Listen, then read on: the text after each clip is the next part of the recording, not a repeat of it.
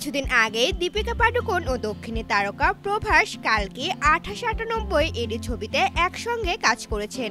শোনা যাচ্ছিল এই জুটি আবারও পরিচালক সন্দীপ রেড্ডির নতুন ছবি স্প্রিটে জুটি বাঁধবেন। বলিউডে পারিশ্রমিক নিয়ে বিতর্ক নতুন কিছু নয়, কিন্তু এইবার আলোচনার কেন্দ্রবিন্দু দীপিকা পাডুকোন। 20 কোটি রুপি পারিশ্রমিক, দিনে 8 ঘন্টা কাজের শর্ত আর লাভের ভাগ চাওয়ায় স্প্রিট সিনেমা থেকে বাদ দেওয়া হলো দীপিকাকে।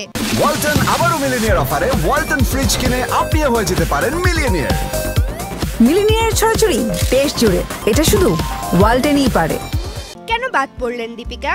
হিন্দুস্তান টাইমস সহ একাধিক সূত্রের খবর, পরিচালক সন্দীপ রেড্ডি দীপিকাকে নিয়ে পরিকল্পনা করলেও শেষমেশ তার অত্যাধিক চাহিদা মানতে পারেননি।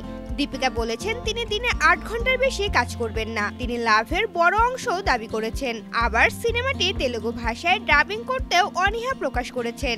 এই সবকিছুর সমন্বয়ে তৈরি হয় উত্তেজনা। পরিচালকের মতে এই শর্তে কাজ করাটা অসম্ভব ছিল। অবশেষে বিরক্ত হয়ে দীপিকাকে বাদ দেওয়ার সিদ্ধান্ত নেন সন্দীপ। এখন প্রভাসের বিপরীতে নতুন অভিনেত্রী খোঁজার কাজ চলছে। তবে দীপিকার দিক থেকেও ভাবা দরকার। মা হওয়ার পর দীপিকা তার কাজের ধরনে কিছু পরিবর্তন আনতে চেয়েছেন বলেই মনে করছেন অনেকে। শারীরিক, মানসিক এবং পারিবারিক চাপের মধ্যেও তিনি নিজের শর্তে কাজ করতে চান। এটা তো অন্যায় নয়, তাই না?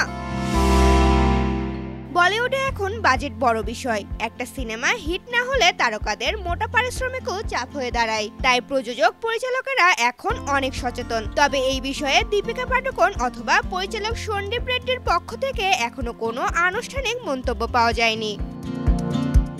ঋতুপর্ণা, জনকণ্ঠ।